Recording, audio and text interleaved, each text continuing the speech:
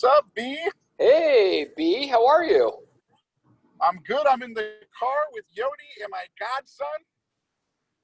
Very nice. And we got Dave. We got Dave coming in as we speak. Nice. Let me know when we're on. We are on. There he is. Hey, my two favorite people. How are we doing? Doing good, brother. Dave, I've got Scotty Whitney here and Yoni Frager. We're driving in the car. We just picked Scotty up from the airport. He's joining us from Arizona. It's the young man that was driving me around all through New Jersey and things like that. So we're real happy to have him in Baltimore with us for the week, showing us around. Awesome. You got a busy week ahead. Lots of fun stuff. Nice. We do. Excited. That's great. That is great. How are we doing? Are people kind of joining on, or is it just us at the moment? No. We do have a nice audience here. We have a nice audience. Excellent. It's great to see some very familiar faces and some new faces. So, I want to just express thanks for last week where I was able to join my favorite group, 4 o'clock Eastern, every Wednesday for tea and poetry. I was able to do it. Probably the first time it's ever been done from 40,000 feet above the U.S. On a plane. That was impressive. It was. I went back, and I went back and I listened to the recording, and I wanted to hear how it came through. And I thought I was going to be coming through all garbled, but it was perfect. Yeah, so it was great. It was really impressive. So if anyone decides to travel and they want to make sure that you can, you don't have to miss tea and poetry, you can do it. It's definitely possible. So you could probably, better reception up in there than some places and some houses. So it was a great experience. So hopefully everyone is doing well. I want to go through my usual, just a little small intros here. Again, thank you everyone for joining us, for being here with us today. And if you want to, when we are ready to open up the floor, open up the mic, all you have to do is click on the raise your hand button. And when you do that, I'm going to assume that you want us to bring you into this picture here. So again, please, when you want to talk, please raise your hand, or you can always send us a message through the chat, through the Q&A. I monitor all the channels, and I encourage everyone to utilize the video, utilize the audio.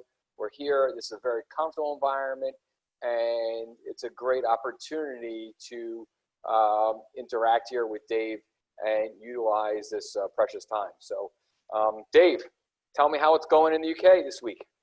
It's been a good week. I just want to kind of touch on, first of all, what you were just kind of saying there with regards to last week. For everyone that was on the call last week, and those who couldn't make it, you missed out. What a great call it was last week. Very different to the previous calls we've done, in not just the setup, in the fact that Barry was monitoring things from the skies, and myself and B Fox were kind of running the show. But I really want to just say a massive thank you again to everyone that kind of contributed last week, because the topic of conversation was real. It was great hearing us talk about things like how difficult it can be for our family and our loved ones, those close to us, who are having to kind of live this journey of dealing with low vision and all the things that go with it, and talking about how we come across sometimes, and about some of the issues that we face and the challenges we face and how we all deal with them, and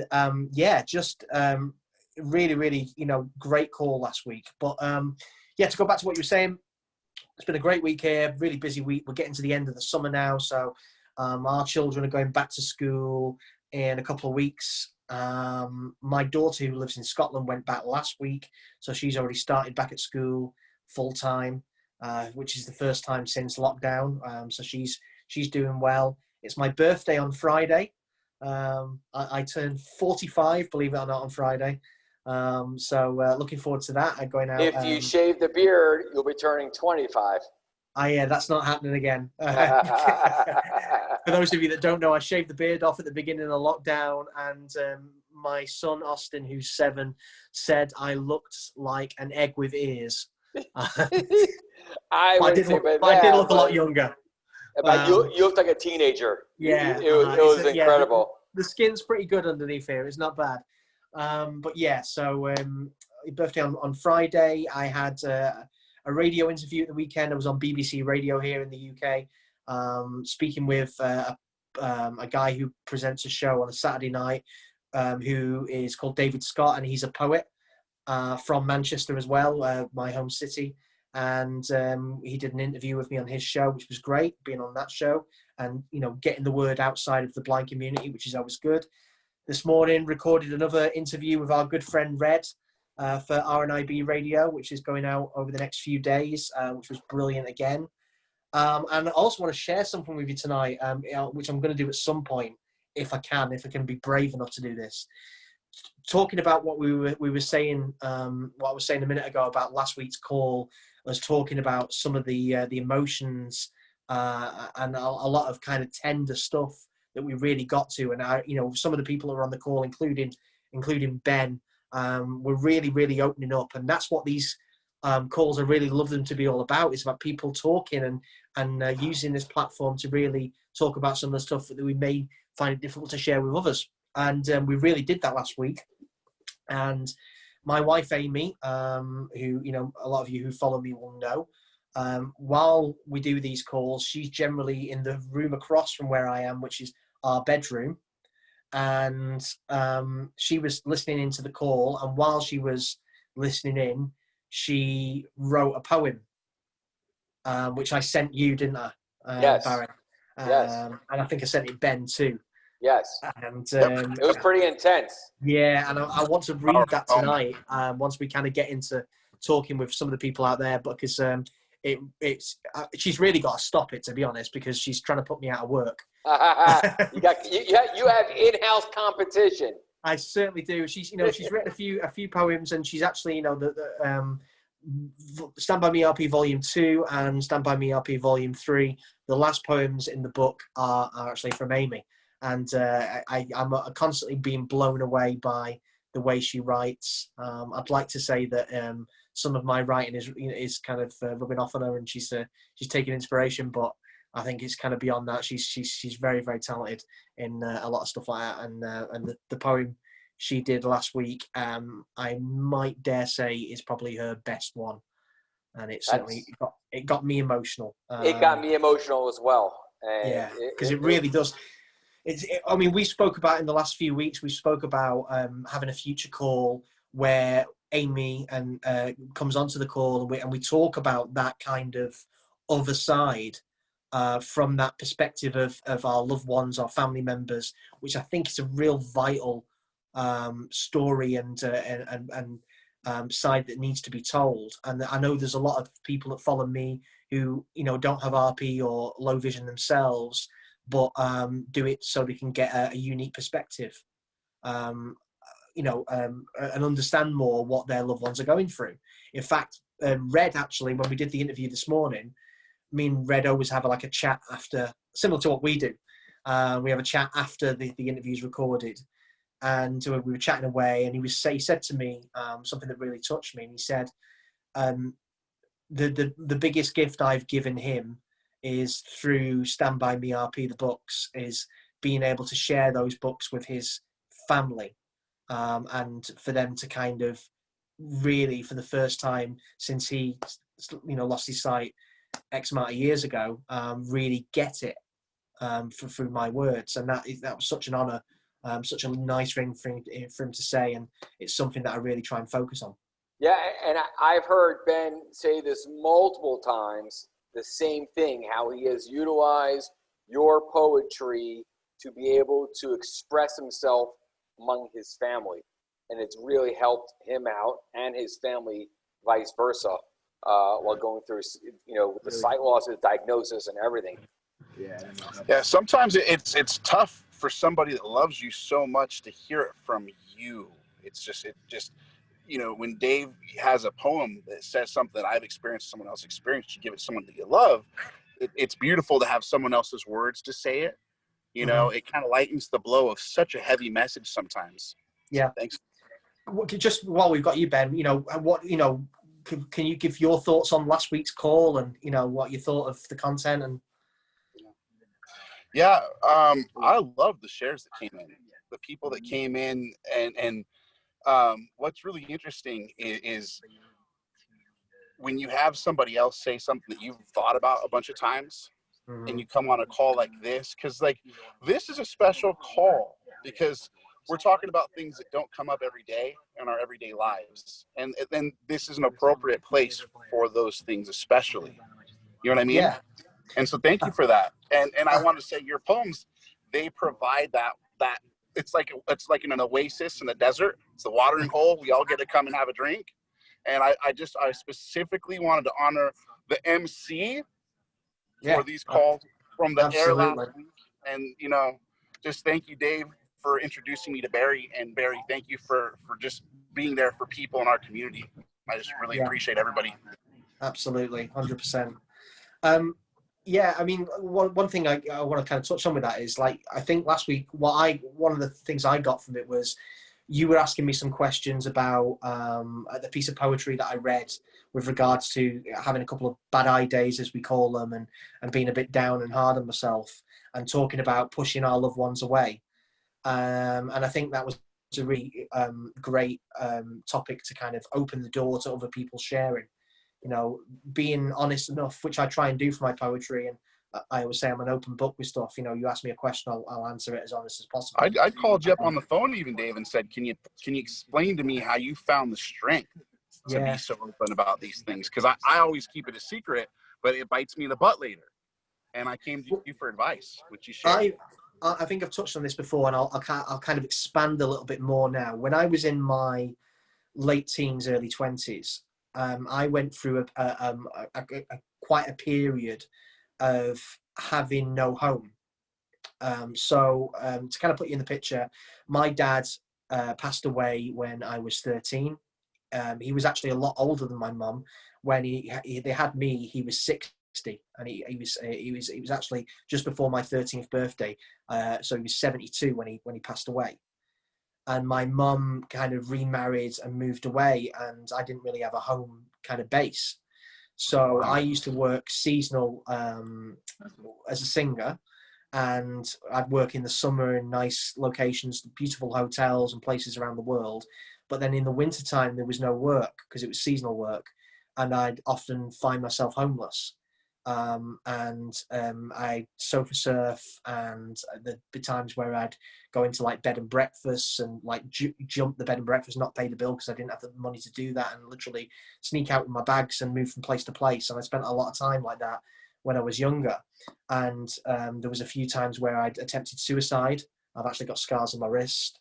There was one time when I climbed to the top of a pylon tower and leant to kind of throw myself off it, and something inside me kind of went, I'm going to find a way to carry on.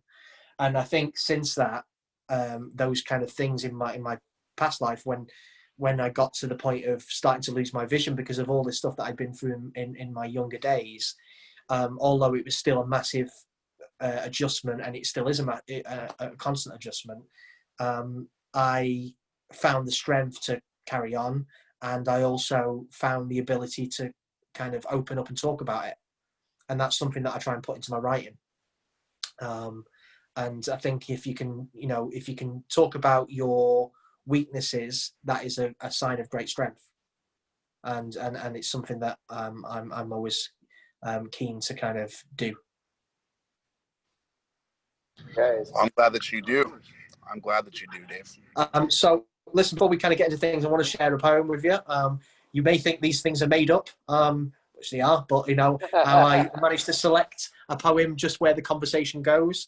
I'll read you this and share your thoughts, and then we can get into seeing who's out there and saying hello to people. All right. You may think that you're alone in this, no one you can talk to.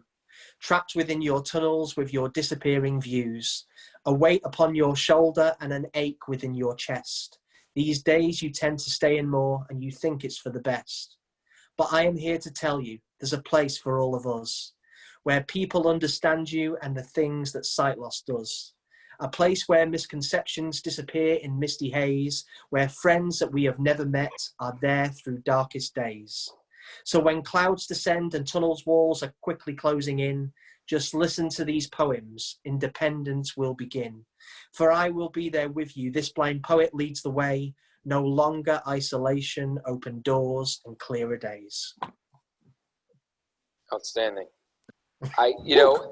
Every time you read a piece of poetry, first of all, I have my notebook here and I'm writing notes, but I listen and I look for certain words and try to, extract those words and, apply them to what's going on in all of our lives. And what I just pulled from that, I mean, there's a lot to pull off, but what I just pulled out from that poem was independence will begin.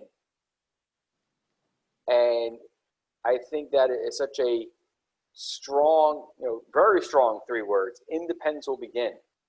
And I think it's like, you were just talking about some of the hurdles that you experienced throughout your sight loss journey, and the early days as far as your teenager years and moving around.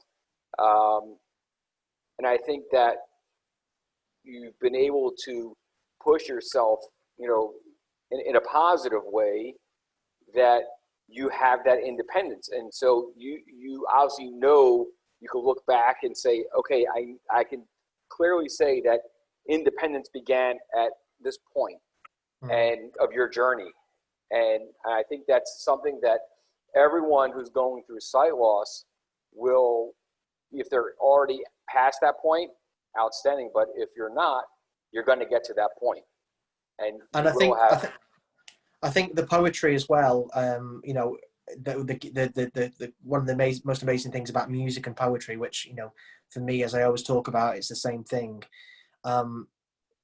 Hearing these messages in that kind of format allows people to understand more what they're going through and take those first steps to talk about it. And people, we talk constantly about how people use the poetry, those that have, follow me, as a tool for them to communicate with others, how they're feeling, but also for them to understand what they're going through. And that was a major part of that line that you just kind of, through the poetry, independence will begin. And it's that using whatever format or platform we feel comfortable enough with to understand more what we're going through, to let it sink in and to adjust and come to terms, and also to use it as a way to start speaking and share with others. And where better place than to share than with other people that are going through the same thing. Yeah, that's how I started. Can I jump in on that? I want to say something real deep on that, Dave. On a psychological frame of mind, if you're talking about, processing things, there's the acceptance process that's very valid, right? Pardon me, stages of grief. Yep. When you're going blind, it's very valid. And if you're out there hearing like stages of grief, look into that. Just type in stages of grief in your Google. Absolutely. Interestingly enough, there were certain parts of stages of grief that I think that probably most people agree you need to go through that. And I'll tell you this. Hold on a second, guys. With the stages of grief, you might be stuck on one of them. For example, you're going to be angry, at least for a few minutes, about going blind. That might be out of your characteristic makeup. You might be a person that doesn't get angry out there. Realistically, there are people out there that deal really well with life and very rarely ever get angry. But going blind, like, that might be a process on the stages of grief that you have trouble with, or maybe the depression. But acceptance is there. And my point is that when I read your poetry, Dave, I dwelled on the acceptance process for a long time trying to get there, but I couldn't get through a couple of stages because I couldn't face the grief. And I read your poetry, and I was able to face my grief, and I was able to talk to other people about it. Other people I'd never met, sharing poetry. Like, oh, here's my Dave Steele poem that I'm feeling like today. I think if we're honest about the stages of grief as well, once you finish a stage, doesn't necessarily mean that you're done with it, because it's a circle, isn't it? You know, you revisit and you go back, and it goes round and round and round. But the difference is that if we acknowledge the stages of grief and we understand them more and understand our processes, then when we go into a stage that we've already been to, like we're angry again or we're sad again or whatever, if we recognize that more, it gives us the armor and the tools to deal with it in a whole different way to maybe the first time we went through it. And I think that's really important. And once again, if the poetry helps us to do that by, understanding that it's normal to feel these things and perfectly natural to feel these things, then it does, Dave. It does. It does help with that. Yeah. I'm going to push the mute button and sit quietly for a little bit, but thank you for that. No, good. I have a couple messages. Hello, Philip. How are you? Good to have you on. And we have Derek here as well. Derek wishes you, he says hello to everyone and wishes you a happy early birthday. So thank you, Derek. And thank you, Derek. Dave, if you are ready, I'm ready to bring on our first attendee. Absolutely. Okay, I'm going to bring on Julie. Julie, I'm going to bring you in right now.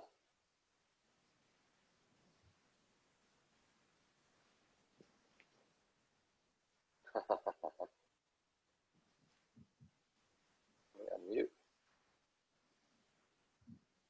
Let's see. Julie, are you there? Not yet. There we are. All right. Can you hear me now? We can hear you. Can you hear me now? We can hear you now. Certainly can, Julie. I just wanted to say that as I was a therapist in one of my careers, and when you guys were talking about the stages of grief, I think one of the hardest things about losing your vision, and I have ushers, so the hearing is going too, is that, like you said, Dave, it goes back and forth. It's not like you wake up and you're blind and so now you get on with your life. It doesn't work that way. And I'm going to be 71, and you would think that I would have this under control. No, I don't, because I think that's what's so hard for any of us, that it's not, it just doesn't happen one day and then you're on your way. It doesn't. It's back and forth, back and forth. So I just wanted to say that, but I have two other things I have to absolutely tell you guys. Oh, please 2 do. weeks ago, I was dying laughing at the three of you talking about Jessica Fox, about Ben's brother. I mean, sister. Sister. And I am like, down boys, come on. That was the funniest thing, and you're my therapist anyway, and you're like, oh, you have a sister? I know where this is going. No, well, listen, I'm going to plead innocence here. I was just shocked that the fact that his sister hadn't, the name hadn't come up, and I know. I love that So made you funny. laugh. Though. I love that. I'm like, oh, look at these three guys. Would you come on? So I wanted to say that, and then it's a great name, though. Jessica Fox is a great name. It's like she's in the movies or something, whatever. But that must have made you laugh, because that was, I think, 2 weeks ago, maybe. Yeah. And I'm still laughing about you guys. But anyway, we still haven't seen a picture of her yet. Steve, I don't know if we're gonna bring one around now. Just kidding. She's funny. A real Trekkie. She's a real Trekkie. She dresses up like Spock for Halloween. I'm just telling you guys. We're gonna. I think we're gonna have to send out an invitation for Jessica Fox to join us here on TM Poetry. I definitely think that you should do that. And then the other thing is, I want Amy on here. And Dave, can you sometimes sing? You play the guitar, right? A little bit. I'm a singer, but I would love to hear you sing. Believe me, you guys are my therapy, so do that sometime. I will. The last thing I wanted to say, I think it was last week. I don't know what it was, but you said, well, I'm not Brad Pitt or something like that. You said something about that. Yes, Somebody I did. yes. Uh-huh. But I want to tell you, I can't see, but your voice, you can read me a bedtime story. Any There you go, Okay, this old lady's going to get off. Carry on. I love you guys. Julie, thank you very much. But yeah, you know, I think it's just the English accent, isn't it? It's It is. It's wonderful. Thank Thank you. it's the superpower. Thank you, of Julie. I'm Americans. going to send you back, Julie. As if you want to come Thank back, you. just raise your hand again. But thank Absolutely. you. Thank you. Good to hear your voice. Yeah, good to thank you for coming on, Julie. that was great. Awesome. Yeah, awesome. Go so- ahead. Go on. You were going to say Yeah, something? I'm gonna bring Christina on. Okay. Bring Christina on. Christina, you're coming right up. If I oh, okay. Hold on. Here she comes. And for those of you who still have some sight, you may realize that I'm not in an office setting. I have actually stayed back and working from home this week. So, And I'm en route back from the airport. We picked up somebody that's here to help us with some cool stuff in Baltimore. Awesome. Nice. All right, we need to Christina, hurry are up you with this there? travel ban. Fishing Hello? with you, Dave. Yeah, hi, Christina. Hi. How are I have you? I'm good. I have a question for Dave. Of course. When you lose more vision, say like the different stages that we go through with RP, do you go through another grief process? Absolutely. And you know the process it can vary depending on the dip and how you kind of deal with it.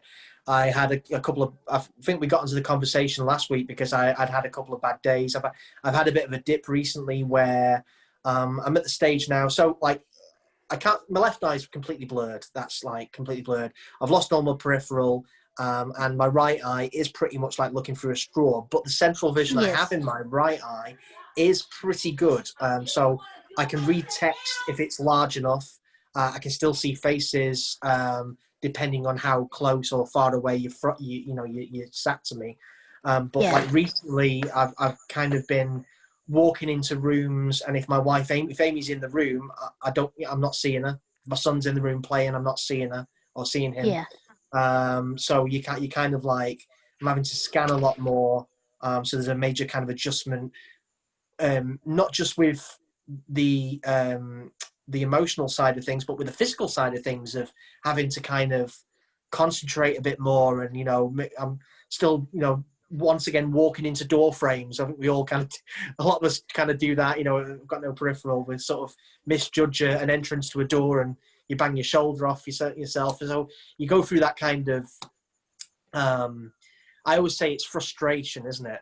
That's the Yes, hardest very part. frustration. And my vision's worse than yours. I only have light perception.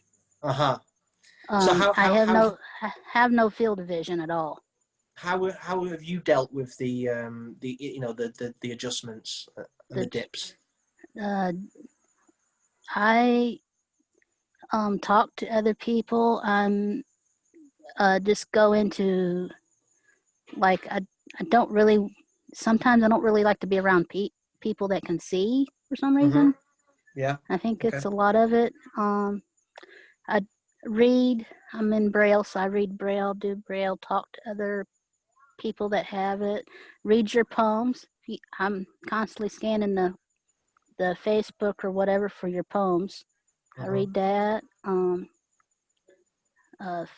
Facebook, whatever I can do just to keep my mind off of it. And I garden, so if I can, I go out and do that. That seems to help more than anything, really.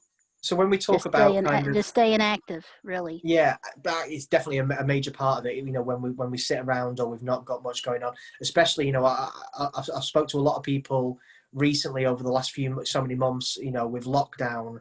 I think that's made things more challenging for people like ourselves, because we've had extra time to be isolated and extra time to kind of not do stuff. Think more than absolutely. we do. So my kind of question to you is, when you are thinking about stuff, and you have to kind of come to terms with another dip or come to terms with another adjustment, is there something in particular that works for you that's been successful in the past?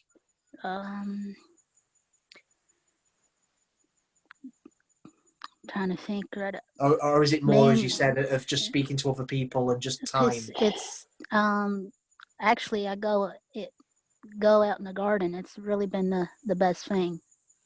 Mm-hmm. That and reading. Yeah.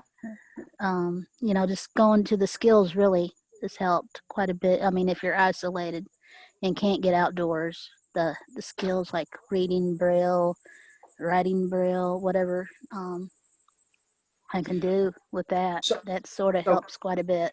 I want to ask you a question. In those times, when you are, say, for example, reading the poetry, or you are speaking to a friend or someone else with low vision who has experienced or is experiencing something very similar, do you find that someone else admitting their struggles to you and being honest and opening up to you is a great help, as in, making you feel like, you're not going crazy, or it's, that it's natural? Do you find that a massive help? Yes, it does. Somebody else, it's even if they don't have the same condition as we do, just even if they don't have RP, if they have like glaucoma or all the different ones, saying that they do have low vision, they're struggling with this, how can we do this? Just really sharing ideals, bouncing ideals about what to do about it. Really, that helps quite a bit. Just hearing a positive message all the time doesn't help us as well as hearing someone say, I struggle too, but it doesn't last, or this is what I do. I think when it can be really unhelpful sometimes when we're going through something like that, and people say, it'll get better, just think positive, and that you just switch off from it. But sometimes if you're speaking to someone that's genuinely going through the same thing or has been through the same thing, and this is once again what I try to do with the poetry, and say, this is how I felt. I've dealt with depression. I've dealt with anxiety. I still deal with these bad days where you just want to shut yourself away, but it doesn't last, and you will get, it will get better, and we can adjust. I think that is a lot more helpful than just hearing that positive with not keeping it real. Well, too, something else I want to say, Dave, is when it's real bad like that, you don't want positive. You want to just to be in that place for a little bit and try to talk to somebody else that understands. That will help you get through it better, because you got to face it. You can't just hide from it and talk all the positive stuff about it. Feeling sad is natural, and I think that's what our for our mental health, that us going through that process of grieving is a natural thing, and it's also a part of the healing process as well, isn't it? So it's important that we acknowledge it. It makes you get to that you said acceptance, I think was the last step. It makes you get to that acceptance place a lot better than just saying, oh, it's going to be okay, and sort of shoving your feelings under is what it makes me feel like when they say that. Can I read you a poem? Sure. Absolutely. I love doing this when I've got someone on air and a joint on a call, and especially some, once again, I prepared a few poems I picked out before the call, and they just seem to fall into place at the right time, and it's quite spooky week to week how it keeps doing this. But I'd like anyone that's listening, I'd like your thoughts on this one. I don't think I've ever read this. I don't think it's in any books, and I wrote this a while ago, but it fits. There's a tiny little demon who lives inside of me. He whispers fears and causes tears when things get hard to see. He sits upon my chest when I am out within a crowd, and when the world is sleeping, all my worries shouts out loud. He tells me that I shouldn't try the things that I ought to. As vision fades, excuses made for things I used to do. I wish he wouldn't make me feel like I'm the one to blame, or make me question who I am and say that I'm insane. With anxious choke till I am broke, he suffocates my pride, a pain that I can't drink away, behind a smile I hide. When I am at my lowest, he tells me it's no use. He makes me stay at home more, then he turns me into a recluse. I wish that he would let go of this grip he has on me, for I can't take it anymore. Depression, let me be. Wow. That talking a lot about anxiety. Yeah. It's talking about a lot of anxiety that we have. Yep. But I think a lot of people out there can kind of relate to that. And I remember writing that very, very well, probably in a darkened room, having a bad eye day. And that was kind of, you know, allowing me to accept what I was going through and come to terms with it and then move on. And I think that's a big part of the healing process. It is. Well, Christina, yeah, you can read. You go can ahead. read me a poem. Dave can read me a poem anytime. I love it. Excellent. Well, we appreciate you having you here. We do have a few other people that want to come on, so I'm going to send you back Okay. as an attendee. Thank you. Lovely speaking to you. And, Lovely speaking to you too, Dave. And if you do want to come back and you want to share some additional thoughts, just raise your hand again. Okay. Absolutely. Thank you. Thank you, Christina. Thank you. You're very welcome. Okay, I am bringing Lisa on. Lisa, thank you so much for your patience.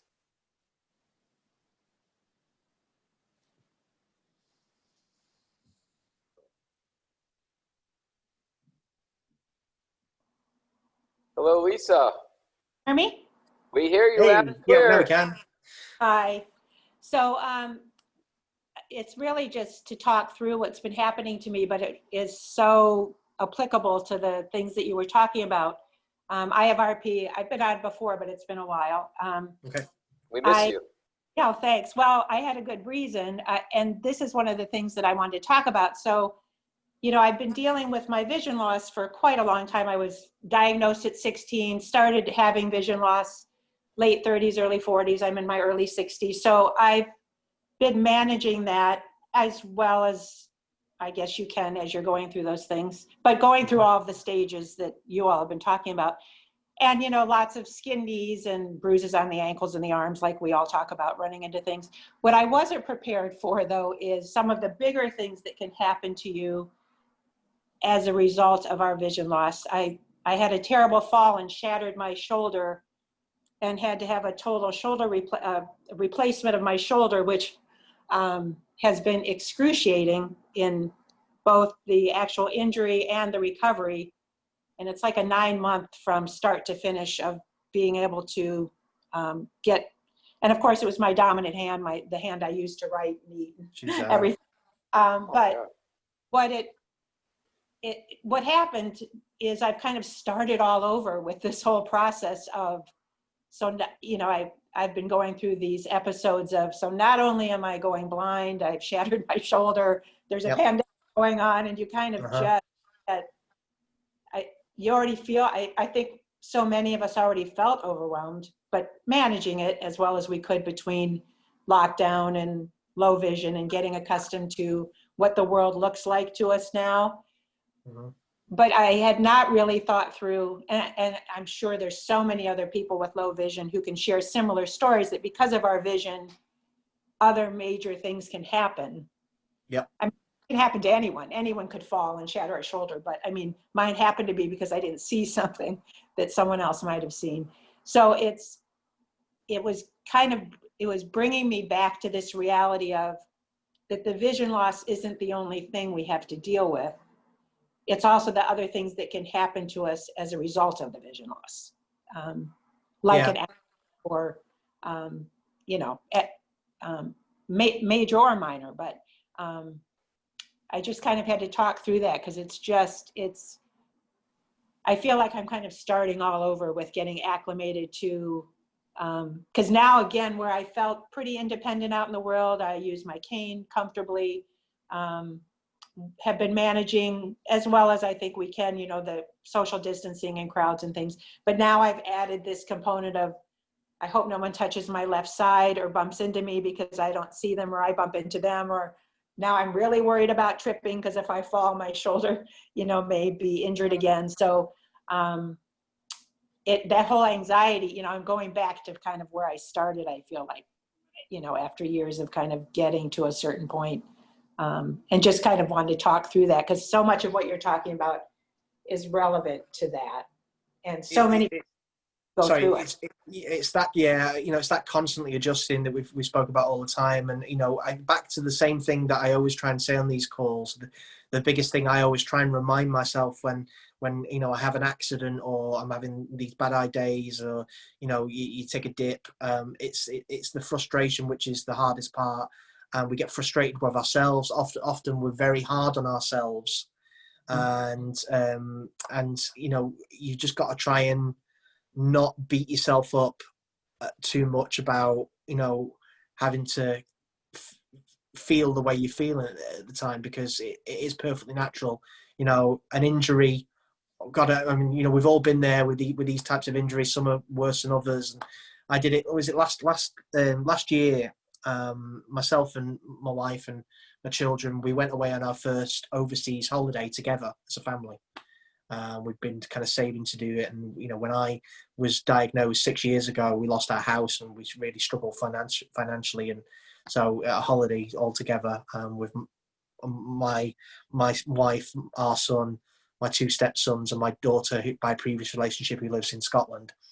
We'd never been away together abroad. And it was one of the biggest things I always wanted to do was, before I lost my remaining sight, was I wanted to go to an overseas holiday somewhere hot and watch my children play on the beach. We went away last year, had an amazing week.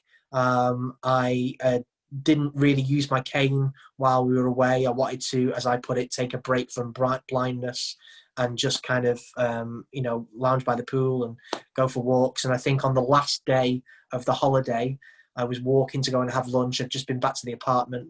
Amy and a couple of the kids were waiting. We were about to grab some food, and I was walking back with Austin and my daughter Ellie, and I tripped over like a rock that was on the ground, and I had my phone in my hand, and I slammed my elbow to the point where I hit the ground that hard that I felt it knocked me sick, and I think I'd probably badly sprained my elbow. I didn't actually know if it was fractured, but it was the last day of holiday. I didn't want to go to a hospital, you know, on holiday, and I just kind of put it in a sling, which we made from a bandage that we got from the local shop, and just tried to get through it. But I remember feeling really kind of so frustrated and angry, thinking, oh man, you know, is this going to spoil the last part of the holiday? And you have to deal with all these things, and you're worried about, you know, getting around safely. And I completely get where you're coming from and how you must be feeling with it. But you will get there. It will heal. And your confidence will come back again. It is another revolution of, you know, it's another cycle of going through all these things that you thought maybe you're done dealing with. But the fact of the matter is, a lot of us, you know, we all take steps forward, but occasionally we take a step back. But hopefully, from your past experiences and all the things that we go through, we tend to build up our armor and learn a little bit more. So when we deal with these things again, we can kind of recognize them and hopefully, with the help of others and the strength that we've got, is, you know, get through it a bit better. Yeah. Thank you. Yeah. Appreciate that. Lisa, wishing you a speedy recovery. And I'm gonna, absolutely. I'm going to send you back. I'm going to bring on Gloria. Just bear with me just a moment here. Take care, Lisa. Be well. While we're bringing on Gloria, I've got that poem that Amy wrote, which I want to share, and then we'll speak to Gloria. Gloria is on her way in right now. So okay. So yeah, Amy wrote this last week while we were talking about all these things that we're kind of touching upon again, because I think it's really important to get that message across of how our loved ones struggle with what we're going through as well, and how they deal with things. So this is Amy's poem, and we'll get your thoughts on this as well. everyone out there, and obviously Gloria, who's about to come on the call. Today, I'm feeling anger and a little sadness too. I'm struggling to deal with what is happening to you. I feel at times I'm selfish, getting angry with RP. It's stealing all your precious sight and some of you from me. And then there comes my sadness. It's mirrored in your eyes. At times I try to keep from you, but my tears, they never lie. I see you struggle so much more than weeks and months gone by. I fight to have the strength each day to help you soar and fly. I see our children watching you. Oop, lost it there. 1 second. What have I done? I see our children watching you. Where has it gone? Sorry, excuse me 1 second. I see our children watching you, so proud of who you are. They look to you so they will know how high to set the bar. I know you strive to make them see each day how much you do and try your best to readjust to challenges anew. My heart just hurts so much right now. Need you to hold it tight. I want to be the wife you need. I have to get it right. Sometimes I don't know what to do or how much help you need. I try my best to make at times. So I try my best, but may at times need you to plant the seed. To tell me when you need me, to tell me you're okay. It's really hard to know sometimes. It changes day to day. I know that my anxiety can cause you to feel worse, and in my head can't figure out if I'm a blessing or a curse.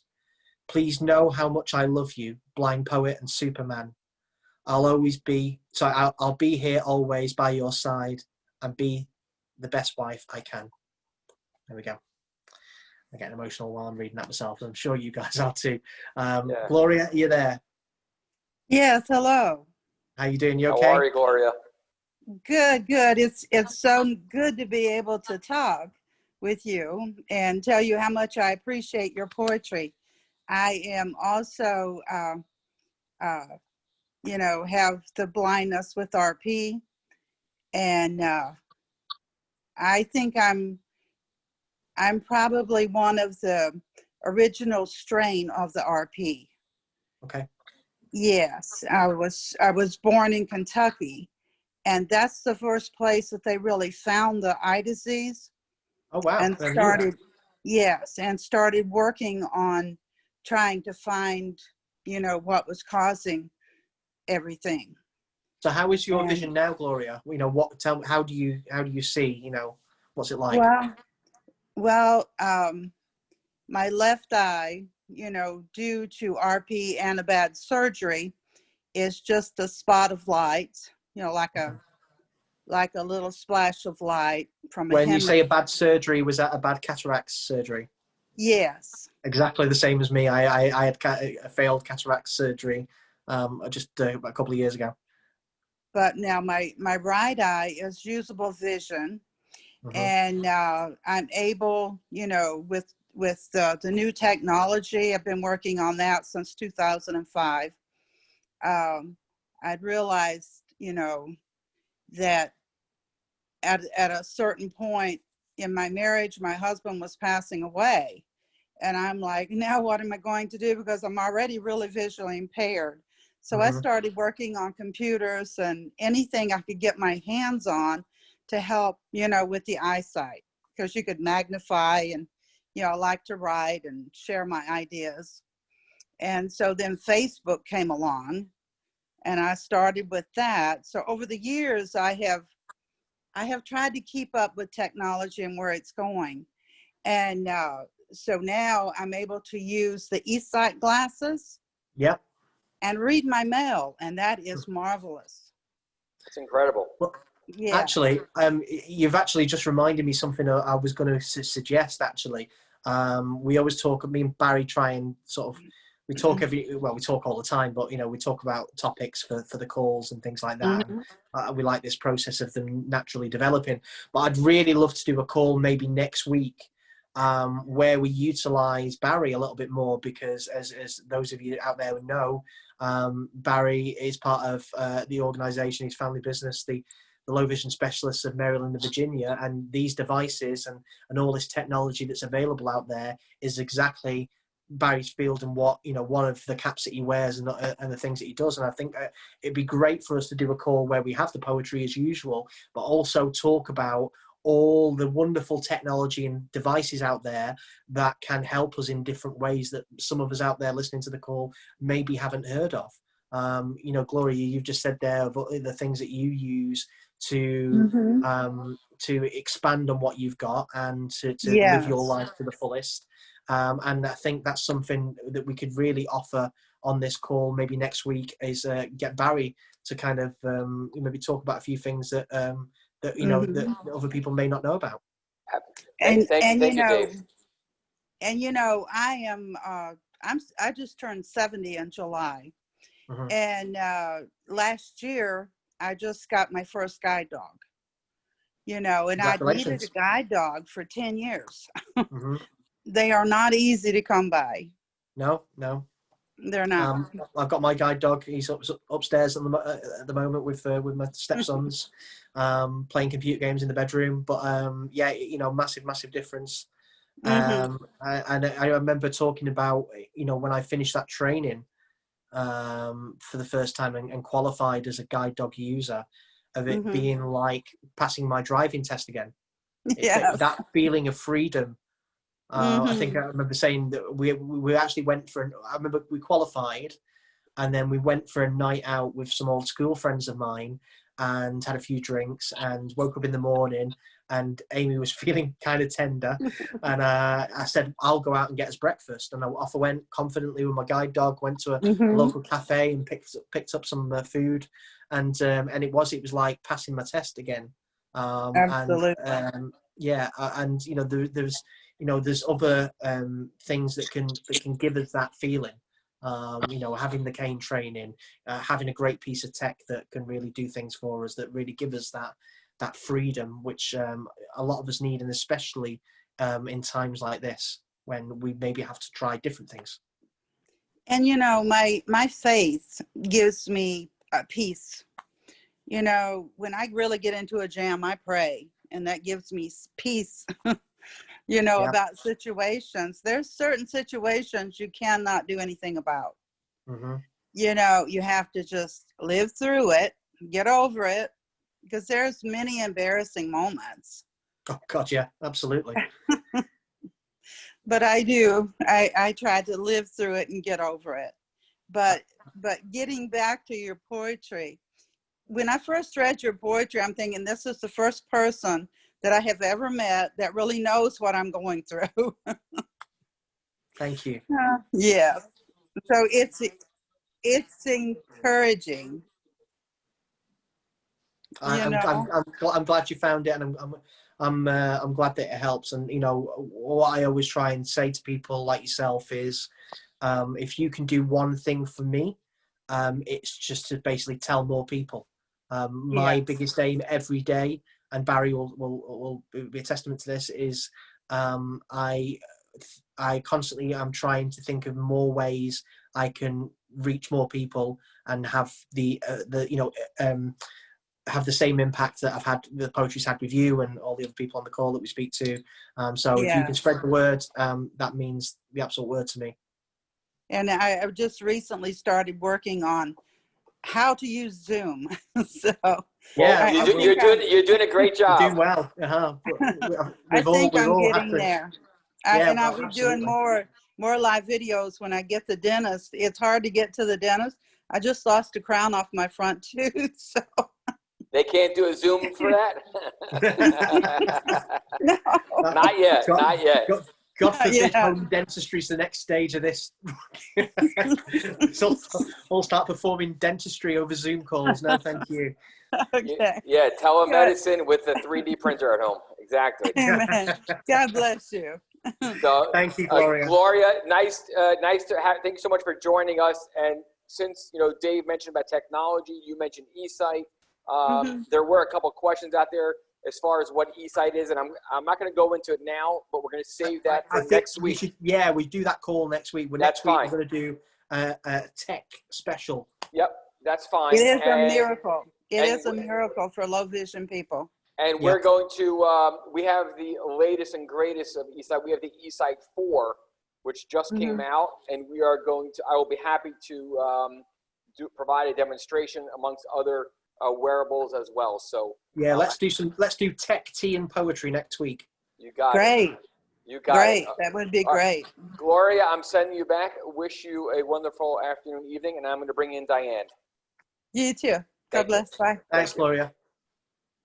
Yeah, I appreciate that, and it'll be my greatest pleasure to provide a technology, share some insights, and where things are today, where things are going, and it's quite fascinating. It's great to hear from individuals like Gloria how she is utilizing technology and making sure that it's allowing her to complete tasks and to be able to live independently.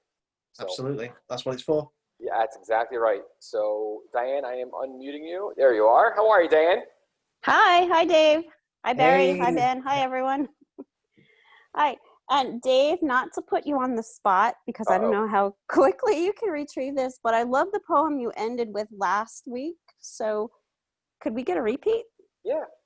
Oh, God, now you're asking. Do you know what? For the life of me, cannot remember what I... Let me, remember. So The Diane, Diane, so just FYI, we record, maybe you don't know, everything is recorded, and all of the, well, I shouldn't say all, but we've been very consistent now over the last 3 to 4 weeks where the previous sessions are online. So I'm happy to send you a link. Okay. So you can play it and play it and play it over. Over and over and over. Over and over again. Was there a particular reason? What I mean, I'm trying to think. What I liked about the feel of the poem?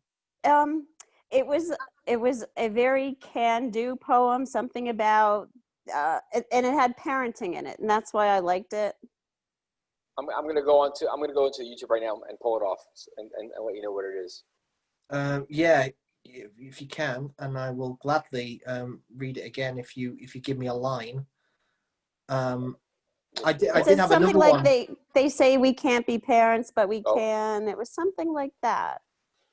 Let me see. Yeah, just give me a moment. I'll have it pull up in just a moment. I like being put on the spot, so it's not an issue. I think I know what it was.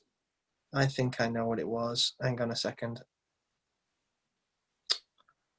Yeah, 2 seconds. Ha.